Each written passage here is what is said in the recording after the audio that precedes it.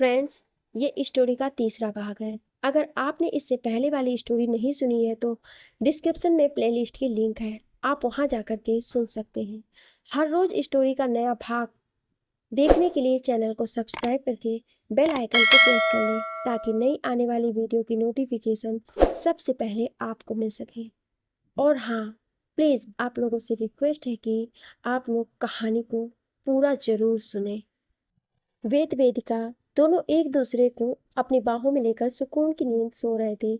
आज इतने दिनों बाद दोनों को सुकून के पल मिले थे। इतने दिनों से दोनों ही तड़प रहे थे एक दूसरे के पास आने के लिए। अब जाकर दोनों को एक दूसरे का प्यार नसीब हुआ। वेद वेदिका दोनों सो रहे थे, तभी वेद का फोन वाइब्रेट करने लगा तो वेद की आंखें खुल गईं। वेद ने वेदिका को अपनी एक बाह के घेरे में ले रखा था तो दूसरे हाथ से फोन उठाकर देखने लगा तो मासा का मैसेज था। वेद, हम और माही माँ अम्बे के मंदिर जा रहे हैं। हमने वेदिका के ठीक हो जाने की मन्नत मांगी थी। हम वो मन्नत पूरी करने जा रहे हैं। हमारी फिक्र ना करना। आज आप ऑफिस मत जाना, वेदिका के साथ ही रहना। एक पल के लिए भी उसे अकेला मत छोड़ना। अब वेदिका का और ज़्यादा ध्यान रखना पड़ेगा ताकि वो तनाव से दूर रहे। डॉक्टर ने भी यही सलाह दी है। वेदिका 1.5 महीने की गर्भवती है, इसलिए जितना हो सके उनके साथ वक्त गुजारिए। हम शाम तक वापस लौट आएंगे। वेद मासा का मैसेज पढ़कर मुस्कुराने लगा। फिर अपने मोबाइल में टाइम देखा तो सुबह के 7 बज रहे थे। तो वेद ने वेदिका को खुद से अलग कर दिया और बहुत ध्यान से वेदिका का सिर तकिए पर रख दिया। वेदिका के माथे पर पट्टी बंधी हुई थी और एक हाथ जो बुरी तरह छिला हुआ था उसमें शायद ज्यादा दर्द महसूस कर रही थी वेदिका, इसलिए नींद में उसके माथे पर बल पड़ रहे थे। वेद की नजर वेदिका के पैर पर गई तो पैर घाव था, उस पर पट्टी बंधी हुई थी। वेद ने वेदिका के माथे को मुस्कुराते हुए चूम लिया। आपको खुद से अलग कभी नहीं होने दूंगा मैं अब। वेदिका ने करवट लेने में दिक्कत हो रही थी क्योंकि जिस हाथ पर चोट लगी थी वो हाथ वेदिका के नीचे आ रहा था। तो वेद ने वेदिका के हाथ के नीचे एक तकिया रखकर वेदिका का हाथ उसके ऊपर रख दिया और वेदिका को रजाई से अच्छे से ढक दिया। वेद बेड पर से उठकर वॉशरूम चला गया और कुछ देर बाद नहा कर आ गया। वेद ने टी शर्ट और लोअर पहन लिया और ऊपर से एक जैकेट पहन ली। दिसंबर महीना शुरू हो चुका था, इसलिए ठंड भी कड़ाके की थी। वेद तैयार होकर अपने कमरे से बाहर आ गया और दरवाजे अच्छे से बंद कर दिया ताकि वेदिका की नींद खराब ना हो। वेद ने विनय को मैसेज करके बता दिया कि वो आज ऑफिस नहीं आएगा और जो काम विनय को सौंपा था उसको अमली जामा पहनाने का वक्त भी आ गया है, इसलिए वो तैयारियां शुरू कर दें। वेद आज पहली बार अपने महल के किचन में गया था तो वहां सब काम करने वाले वेद को वहां देखकर दंग रह गए। सबने झुककर वेद का अभिवादन किया। वेद ने सबकी तरफ मुस्कुरा के देखा। आप सब मुझे यहाँ देखकर हैरत में पड़ गए हैं ना। मेन सेफ वेद के सामने आ गया। हुकुम साहब, आपको कुछ चाहिए तो हमें बताइए।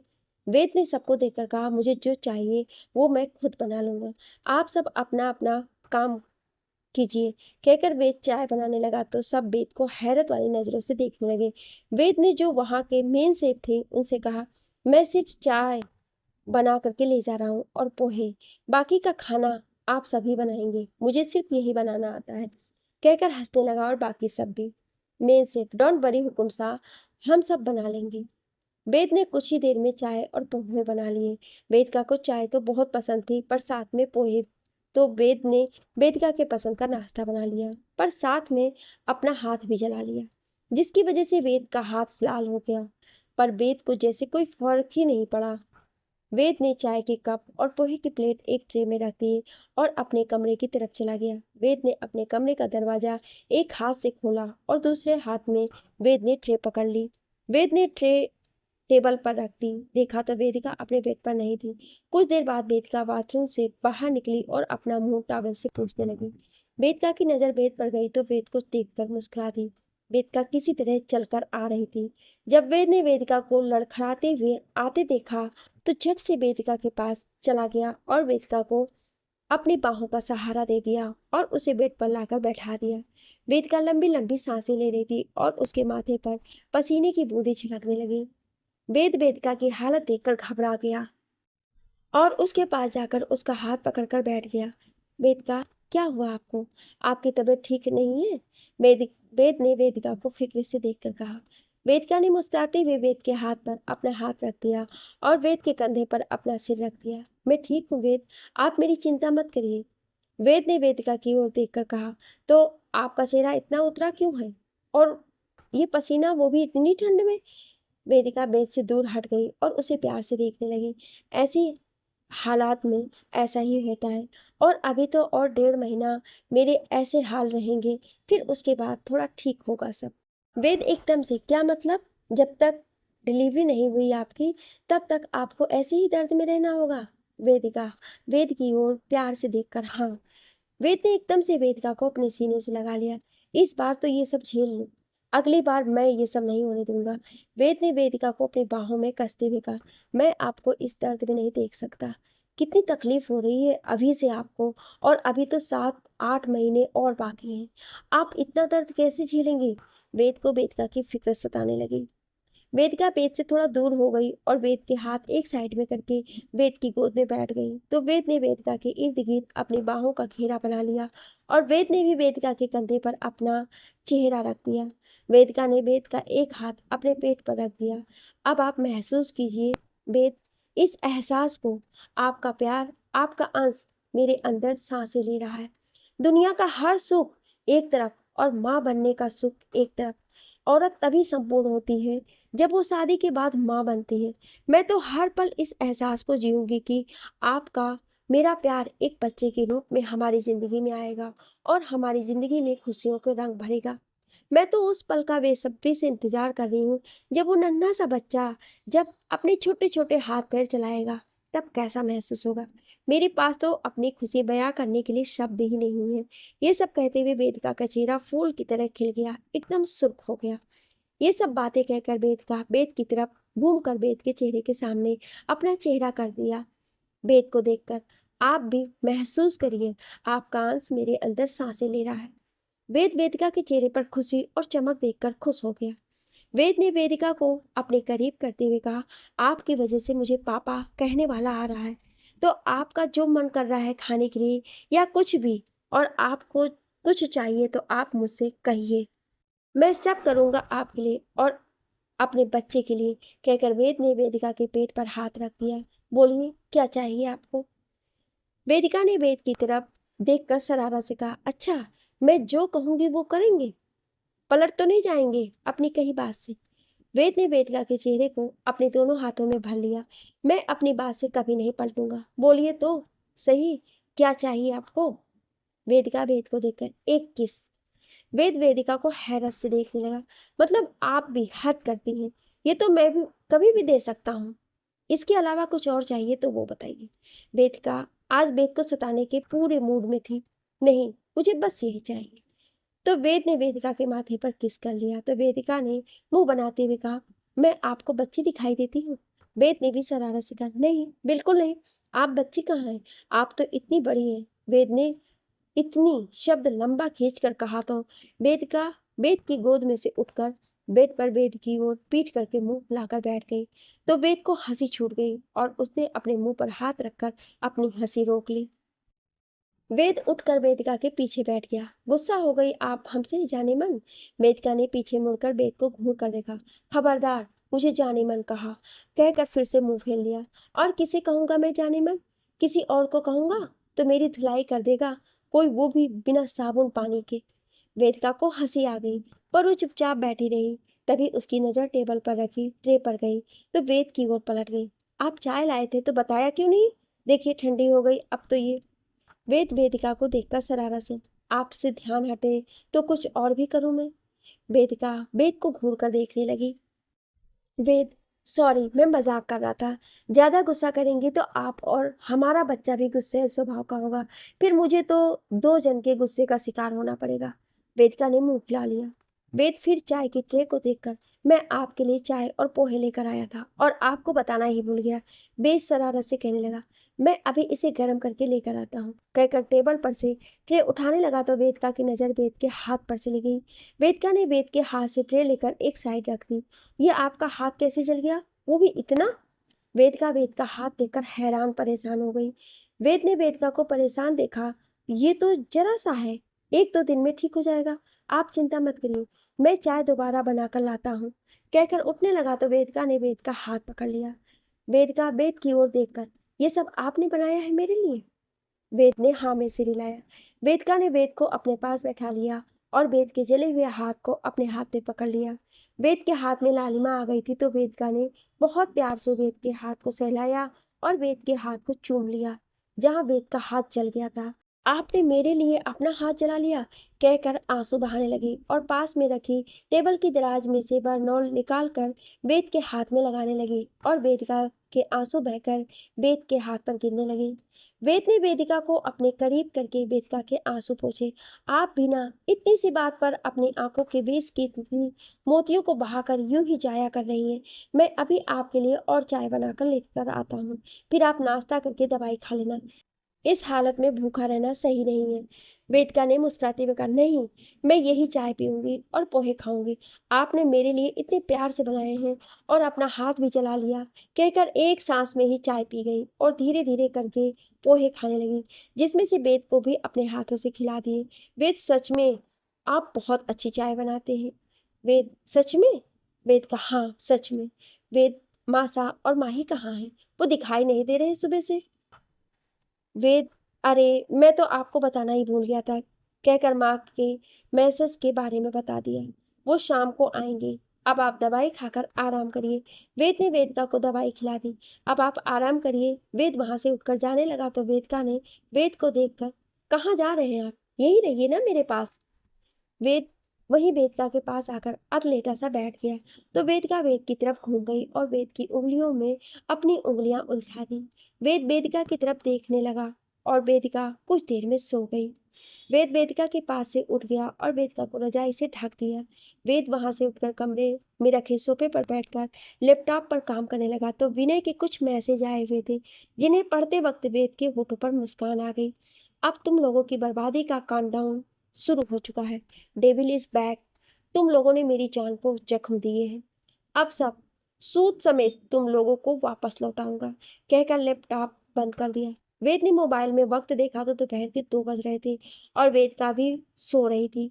वेद अपने और वेदिका के लिए खाना लेने चला गया और कुछ देर बाद वेद खाना लेकर वापस आ गया। वेद ने वेदिका को जगाकर खाना खिलाया और दवाई खिला दी। वेदिका फिर से सो गई। शाम के वक्त वेद को मासा का फोन आया और उन्होंने कहा, हम सुबह वापस लौट आएंगे। मंदिर में गुरुजी आए हैं और हमारे रहने की व्यवस्था हो गई है। आप हमारी चिंता मत करना, बस वेदिका का ख्याल रखना। वेद, मासा, आप अपना और माही का ख्याल रखना। मैं वेदिका का ख्याल रख लूंगा, कहकर फोन बंद कर दिया। रात को खाना खाने के बाद वेद ने अपने कमरे का दरवाजा बंद कर लिया। वेद को देखकर वेद ने पीछे मुड़कर वेदिका को देखा तो वो ठंड से कांप रही थी। वेद जल्दी से वेदिका के पास आ गया। आप कांप क्यों रही हैं? वेदिका, पता नहीं, अचानक से बहुत ठंड लग रही है।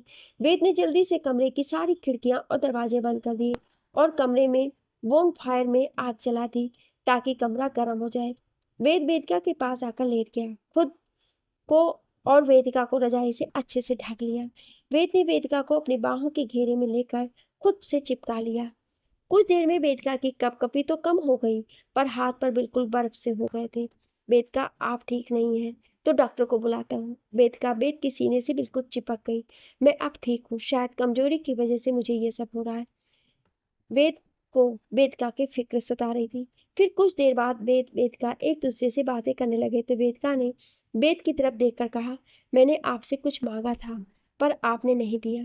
वेद ने वेदिका की तरफ से देखा और वेदिका के सिर के नीचे अपना एक हाथ रखकर वेदिका के चेहरे को अपने चेहरे के करीब ले आया।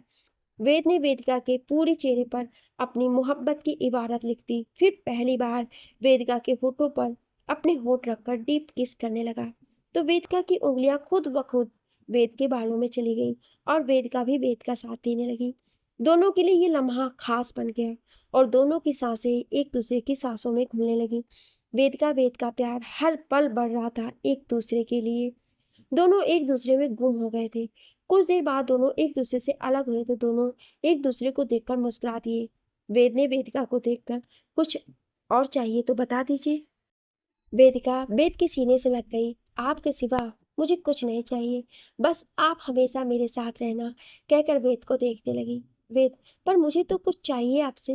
वेदिका, क्या? वेद वेदिका की और प्यार से देखकर एक किस। वेदिका हैरानी से, अभी तो की थी। वेद, नहीं, वो तो मैंने की थी, मैं चाहता हूँ आप मुझे किस करें। वेदिका एकदम से वेद के चेहरे पर झुकी और वेद के होठों को अपने होठों से ढक दिया। वेद ने वेदिका को अपने आगोश में भर लिया और दोनों एक दूसरे पर अपना प्यार लुटाने लगे। धीरे धीरे 2 महीने बीत गए। वेद अपने काम में बहुत बिजी हो गया, जिसकी वजह से वेद वेदिका के आपस की बातें भी कम हो गई। वेद सुबह जाता और देर रात घर वापस आता। वेद बेशक काम में बिजी रहता था, पर वेदिका की हर परेशानी को दूर करने की कोशिश करता। मासा माही वेदिका का पूरा ध्यान रखती थी। एक पल के लिए भी दोनों वेदिका को अकेले नहीं छोड़ती थी। वेदिका के सिर पर अब मासा का आंचल था, जिसकी वजह से वेदिका को माँ की कमी कभी महसूस नहीं हुई। वेदिका जब से माँ बनी थी तब से वेदिका दिन पर दिन खूबसूरत होती जा रही थी। वेदिका इन दिनों वेद को बहुत मिस कर रही थी। कितने कितने दिन दोनों को एक दूसरे को देखे बिना निकल जाते थे। इस बात को लेकर वेदिका वेद से खफा भी थी। एक दिन वेद के ऑफिस में एक शख्स आया। उसने वेद के सामने अपना सिर झुकाकर वेद का अभिवादन किया, तो वेद ने भी उस शख्स को देखकर नमस्ते किया। वेद ने उस शख्स को बैठने के लिए कहा, तो वो शख्स वेद के सामने कुर्सी पर बैठ गया। वेद ने विनय को इशारे से कुछ कहा, तो विनय ने 2 फाइल्स वेद के सामने कर दी। वेद ने उस शख्स को देखकर दोनों फाइलें उस शख्स के सामने कर दी। वेद उस शख्स को देख रहा था।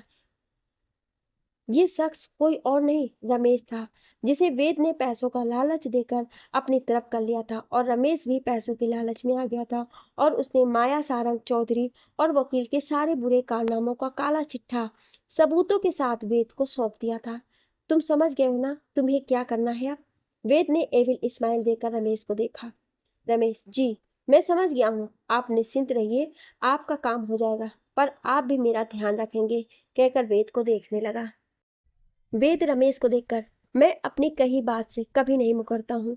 तुम मेरा काम करो, बदले में मैं तुम पर नोटों की बारिश कर दूंगा। एक बात का ध्यान रहे, ये बात तुम्हारे हमारे बीच में ही रहेगी। किसी को भी इस बात की भनक ना लगने पाए, वरना तुम कहीं के नहीं रहोगे।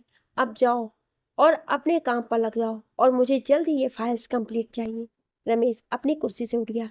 आप चिंता मत करिए, बहुत जल्द आपको खुशखबरी मिलने वाली है, कहकर मुस्कुराता हुआ वहां से चला गया। विनय ने रमेश के जाने के बाद वेद से कहा, सर, क्या हम इसे ऐसे ही जाने देंगे? इसने माया के हर बुरे काम में उसका साथ दिया है।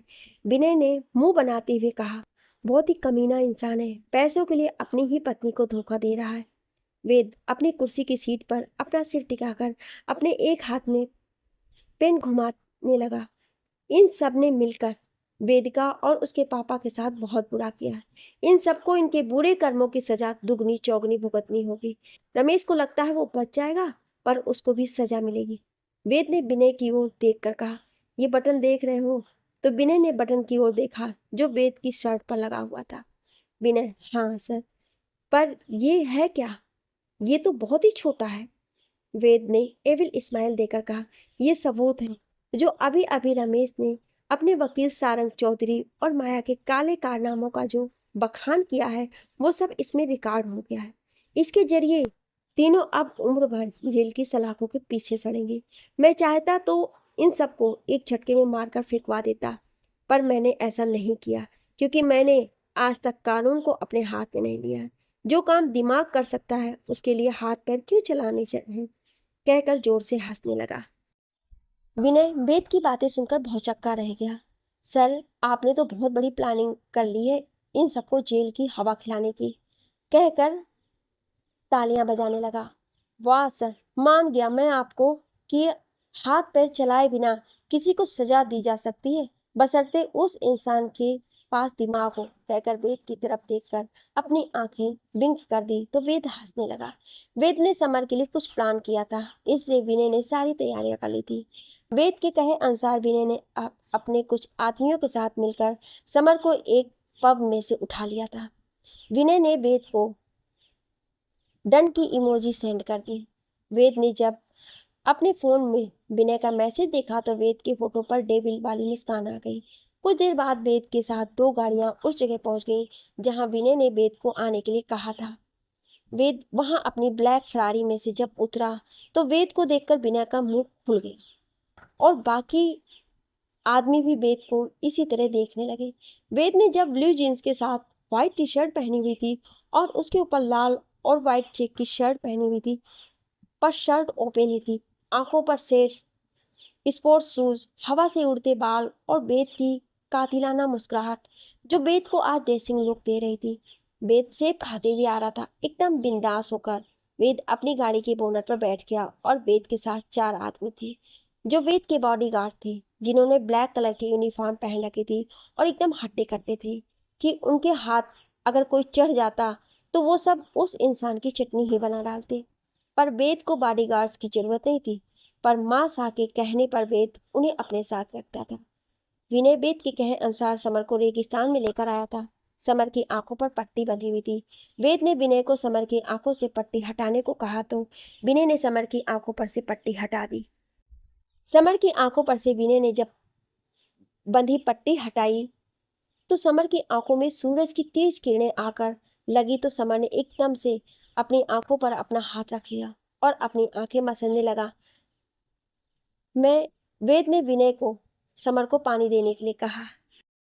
विनय ने समर के सामने पानी की बोतल कर दी तो समर ने बिना किसी और को देखे, बिना कुछ कहे, पानी बोतल पकड़ ली और अपनी आंखों पर पानी के छींटे मारे। और अपने चेहरे पर जब पानी के छींटे मारने लगा तो समर की नज़र गाड़ी के बोनट पर बैठे हुए वेद पर गई, जो समर को जहरीली मुस्कान दे रहा था। समर वेद को देखकर गुर्राने लगा। क्या मतलब है मुझे इस तरह बांध कर यहाँ लाने का? वेद एकदम से गाड़ी के बोनट पर उछलकर खड़ा हो गया और वहां से हवा में घूमकर समर के सामने खड़ा हो गया तो समर की आंखें बड़ी हो गई। वेद अब भी मुस्कुरा रहा था।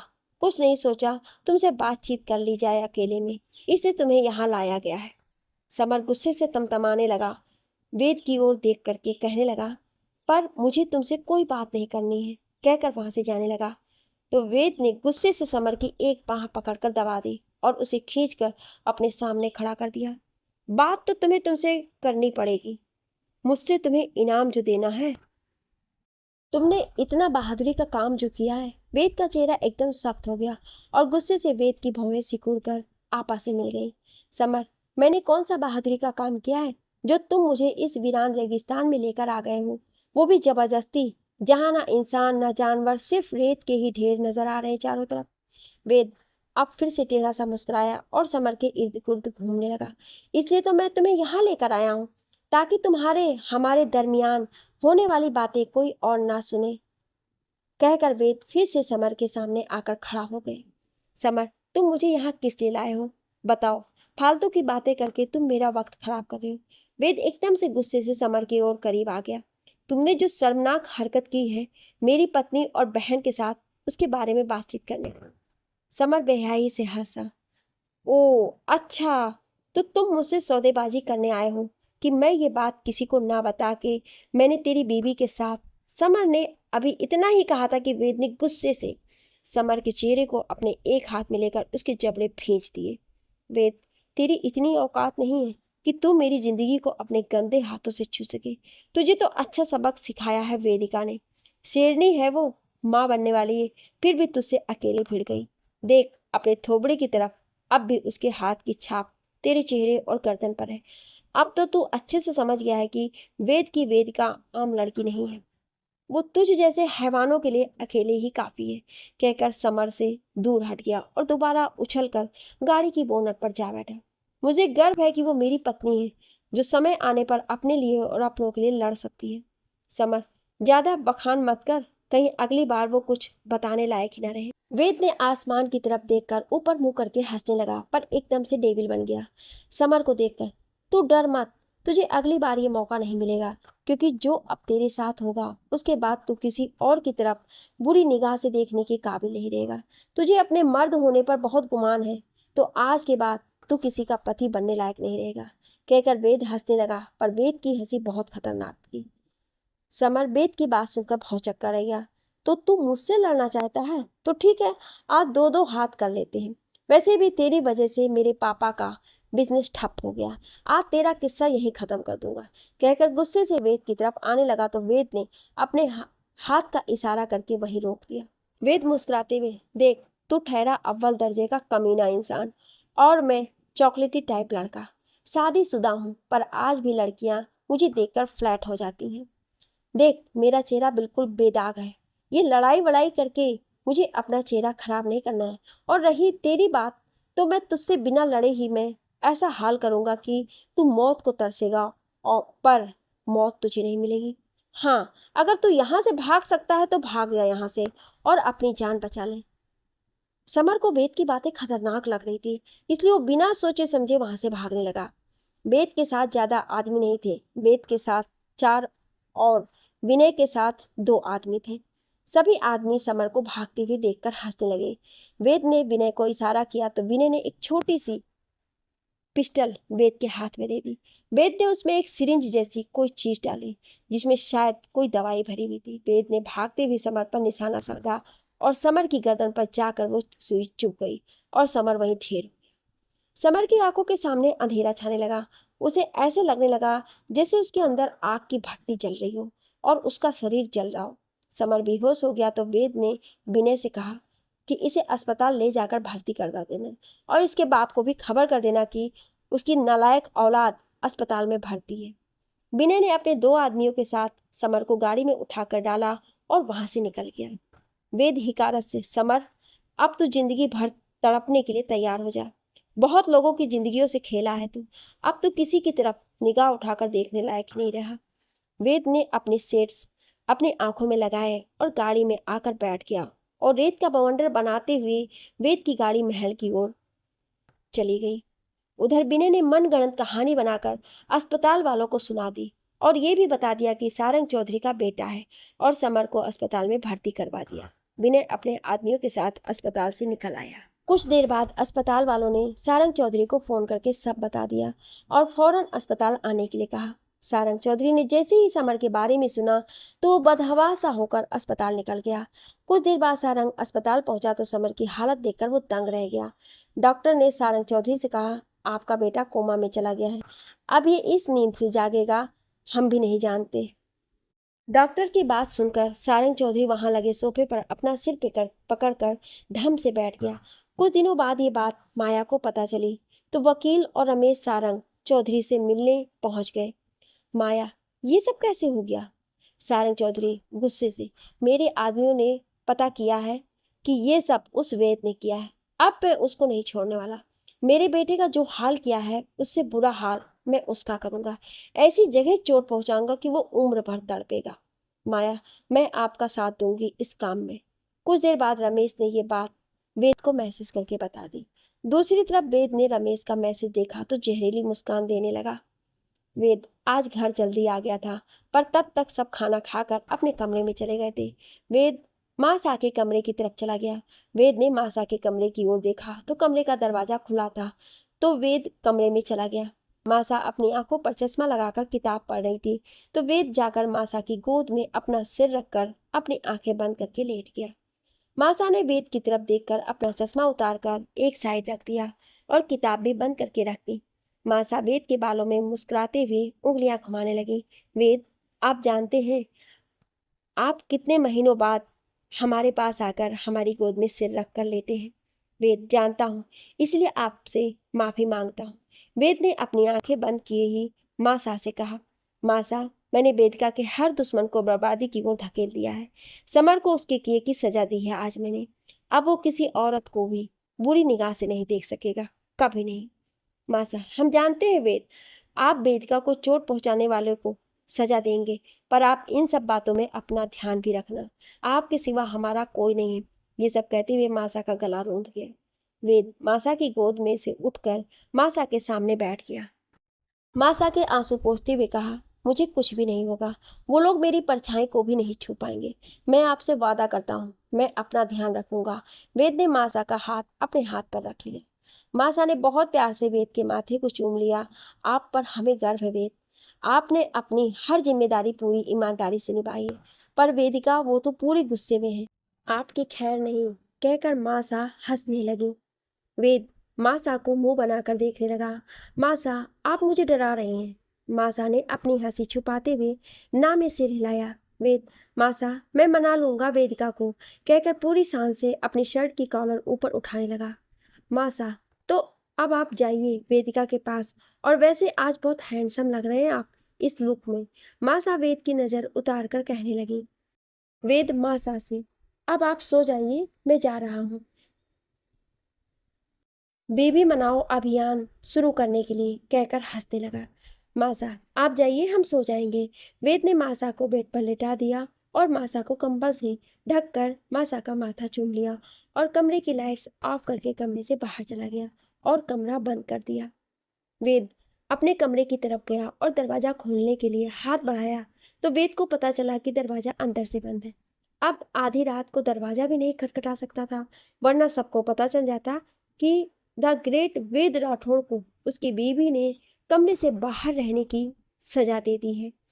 वेद अपने सिर को खुजलाते हुए, यार ये तो सॉलिड तरीके से नाराज हो गई है, अब इन्हें कैसे मनाऊं, कहकर सोचने वाली मुद्रा में खड़ा हो गया। वेद खुद से ही बात करने लगा। वेद, सोचना छोड़ और कमरे में जाने का तरीका सोच। वेद को कुछ याद आया, जल्दी से कमरे के पिछले हिस्से में गया और वहां जाकर हर खिड़की को देखा, पर हर खिड़की अंदर से बंद थी। वेद का मुंह उतर गया। तभी उसकी नजर एक झरोखे की तरफ गई जो कमरे की तरफ खुलता था।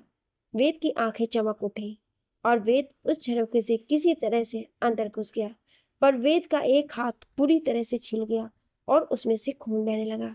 वेद को यह एहसास तक नहीं हुआ कि उसे चोट लगी है। वो तो इस बात से खुश था कि आखिर वो अपने कमरे में तो घुसा। वेद ने पूरे कमरे में नजर दौड़ाई, पर वेद का कमरे में नहीं दिखाई दी। ये कहाँ चली गई इस वक्त? वेद ने कुछ सोचते हुए अपनी शर्ट उतार दी, जिसकी एक बाजू फट गई थी जहां वेद को चोट लगी थी। वेद की नजर अपनी चोट पर गई, पर उसे कुछ ज्यादा फर्क नहीं पड़ा। वेद को तो वेदिका की नाराजगी से फर्क पड़ रहा था। वेद ने अपने शूज मोजे भी खोल दिए और अपनी अपनी जगह पर रख दिए। वेद ने हाफ स्लीव्स की वाइट टी शर्ट पहनी थी जिसमें उसकी फिट बॉडी नजर आ रही थी और वेद आज कुछ ज्यादा ही हैंडसम लग रहा था।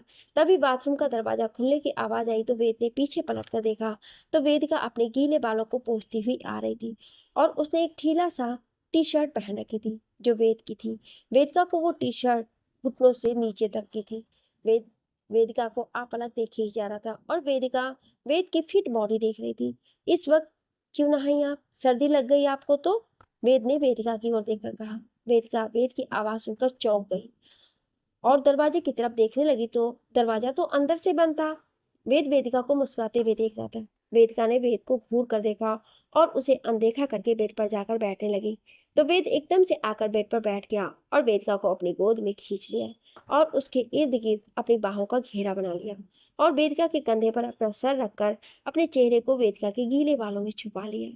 वेद को वेदिका के भीगे बदन से खुशबू आ रही थी।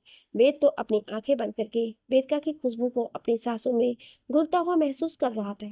वेदिका गुस्से से वेद की गोद से उठने के लिए कसमसाती रही, पर वेद ने वेदिका को अपनी बाहों में और कस लिया।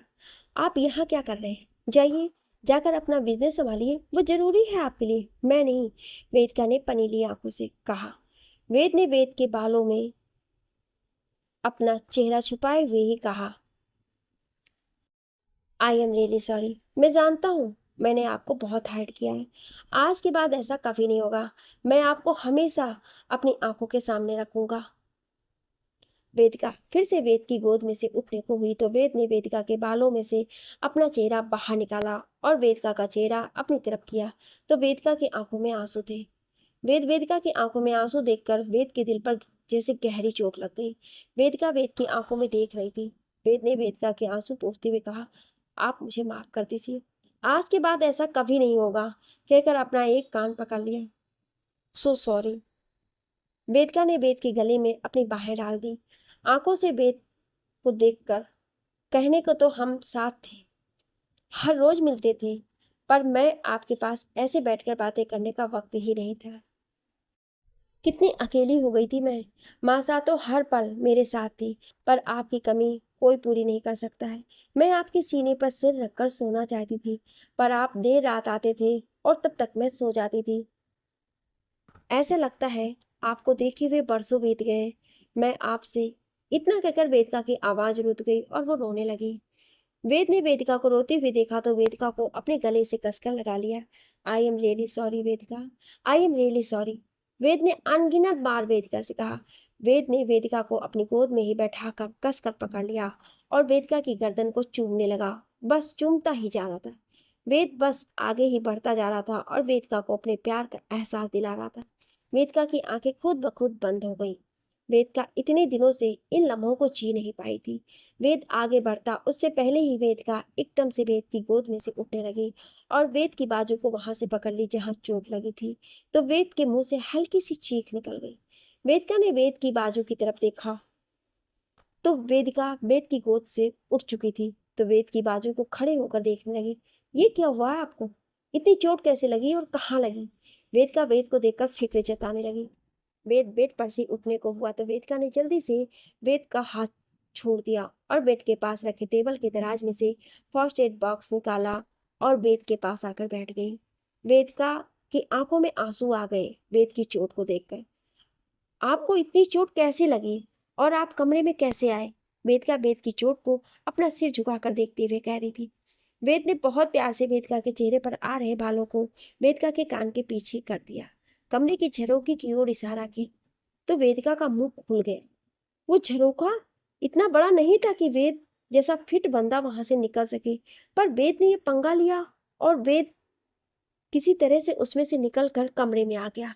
वेदिका, आप छोटे बच्चे हैं जो ऐसी हरकतें कर रहे थे। ये इतना सा झरोका और आप इतने बड़े बंदे उसमें अगर फंस जाते तो क्या होता? वेद अपनी बत्तीसी दिखाकर, तो और मैं कमरे में कैसे आता? आपने तो कमरा अंदर से बंद कर दिया था। वेदिका वेद को देखकर, अरे दरवाजा खोलने के लिए आवाज लगा देते, पर नहीं, आपको तो ये उठ पटांग हरकतें करनी होती है और मुझे परेशान करना होता है। वेदिका वेद के पास बैठ गई और वेद की चोट को डिटॉल से साफ करने लगी। तो वेद बच्चों की तरह रोने लगा। तो वेदिका ने वेद को घूर कर देखा। चुप, एकदम चुप। अब बच्चों की तरह हरकतें कर रहे हैं। वेद बेचारा सा मुंह बनाकर एक मासूम सा बच्चा बनकर बैठ गया। वेद का वेद की चोट पर अपने मुंह से फूक फूक करके फूंक देने लगी और वेद की चोट पर दवाई लगाकर पट्टी बांध दी और गुस्से से वेद के पास से उठकर जाने लगी। तो वेद ने एकदम से वेदिका की टी शर्ट में अपना सिर घुसा दिया और वेदिका को अपनी बाहों के घेरे में ले लिया। वेदिका वेद की इस हरकत पर हड़बड़ा गई। ये क्या कर रहे हैं आप? निकलिए मेरी टी शर्ट से बाहर। वेदिका ने वेद को लगभग आर्डर देते हुए कहा। पर वेद तो वेद था। टी शर्ट के अंदर से कहने लगा, नहीं, बिल्कुल नहीं बाहर निकलूंगा। आप पहले मुझे माफ करिए। वेदिका, बिल्कुल नहीं, तो मैं भी बाहर नहीं निकलूंगा, कहकर वेदिका को कसकर पकड़ रखा था। मुझे अपनी छोटी सी गुड़िया से बातें करनी है और हमें डिस्टर्ब नहीं करेंगी। वेदिका, पर आप इस तरह से। वेद, पर कुछ नहीं, अब आप एक जगह पर आराम से खड़ी रहना। वेद वेदिका के पेट पर प्यार से हाथ फिराने लगा। फिर वेदिका के पेट पर अपना कान रखकर बच्चे की धड़कनें सुनने लगा, उसे महसूस करने लगा। वेद ने वेदिका के पेट पर जाने कितनी बार किस किया। आप जल्दी से बाहर आ जाइए, आपकी मम्मी मुझे बहुत डांटती है। जब आप इस दुनिया में आएंगे ना, तब हम दोनों मिलकर आपकी मम्मी को तंग करेंगे। वेद वेदिका के पेट के पास जाकर अपने अजन्मे बच्चे से बात करने लगा। वेदिका वेद की छुअन से पिघलती जा रही थी, डूबती जा रही थी वेद के प्यार के सागर में। वेद वेदिका का प्यार हर हर पल बढ़ रहा था और गहरा हो रहा था। वेद कितनी देर वेदिका को पकड़कर वेदिका की टी शर्ट के अंदर वेदिका के पेट से चिपका रहा। वेदिका, वेद, मैं खड़े खड़े थक चुकी हूँ। वेद ने झट से अपना सिर वेदिका की टी शर्ट से बाहर निकाल लिया। वेद ने वेदिका को अपनी गोद में उठा लिया और बेड पर लिटा दिया और खुद भी साथ ही लेट गया। वेद वेदिका पर छुप गया। I love you, both of you. पहले वेदिका का पेट चूमा, फिर वेदिका के गालों को कसकर चूम लिया। वेदिका ने वेद के माथे को चूम लिया। वेद वेदिका एक दूसरे की आंखों में देख रहे थे। आप मुझसे दूर कभी नहीं जाना, वरना मेरी सांसें रुक जाएंगी। वेद वेदिका के ऊपर और झुक गया और उसके अधरों को अपने होठों से ढक दिया। वेद ने वेदिका पर आज चुंबनों की बारिश कर दी और वेदिका के गाल लाल सुर्ख फूल जैसे लाल हो गए और चेहरे पर चमक आ गई। ये वेद का प्यार ही था जो वेदिका की खूबसूरती को दिन पर दिन निखार रहा था। दोनों ने एक दूसरे को टूट कर प्यार किया। कुछ देर के लिए दोनों एक दूसरे में गुम रहे। फिर कुछ देर बाद वेद ने वेदिका के सीने पर अपना सिर रख लिया। वेद ने वेदिका से, आपकी सांसें मेरी सांसों से जुड़ी हैं। मेरी इजाजत के बिना आपकी सांसों को हक नहीं है कि वो ये बंधन तोड़ सके। बहुत प्यार करता हूँ आपसे और हमेशा करता रहूंगा। वेदिका, मैं भी आपसे बहुत प्यार करती हूँ, कहकर वेद को अपनी बाहों में कस लिया और दोनों एक दूसरे की आगोश में सो गए। कुछ महीनों बाद वेदिका को 8वां महीना शुरू हो गया था। वेद ने माया, सारंग चौधरी, वकील और रमेश के खिलाफ सारे सबूतों को एक कॉपी डीएसपी को पहुंचा दी और कोर्ट में सबमिट कर दी। पुलिस ने सबूतों के आधार पर माया और बाकी सबको गिरफ्तार कर लिया, पर रमेश को नहीं। ये देखकर माया सोच में पड़ गई और पर उसकी समझ में कुछ नहीं आया। पुलिस ने माया, सारंग, वकील को गिरफ्तार कर लिया और कुछ दिनों बाद अदालत में पेश कर दिया। रमेश को देखकर सब गुस्से से उबल पड़े, पर अब वो कुछ नहीं कर सकते थे। रमेश की गवाही से सबको सजा हो गई। रमेश सरकारी गवाह बन गया था, इसलिए उसे सजा नहीं हुई और ये बात माया को बिल्कुल भी अच्छी नहीं लगी। अदालत ने सबूतों को देखकर वकील का लाइसेंस रद्द कर दिया और माया, वकील, सारंग को उम्र कैद की सजा सुना दी और वेदिका को उसकी सारी जायदाद वापस मिल गई। रमेश उन सबको देखकर हंस रहा था, तभी माया का गुस्सा रमेश पर फूट पड़ा और पलक झपकते ही माया ने अपने पास खड़े हवलदार की बंदूक से रमेश की सीने में बंदूक की सारी गोलियां दाग दी। ये सब देखकर सब दंग रह गए और जज ने माया को फांसी की सजा सुना दी और पुलिस तीनों को वहां से लेके गई, पर जाते जाते तीनों ने वेद को टेढ़ी मुस्कान दी। सारंग चौधरी, तुम्हारा अच्छा वक्त शुरू हो गया है वेद। राठौड़, सारंग ने जहरीली मुस्कान देते हुए वहां से निकल गया। आगे की कहानी जानने के लिए सुनिए अगले भाग में। क्या आप अगला भाग सुनना चाहते हैं तो कमेंट में यस जरूर लिखिएगा। Thank you.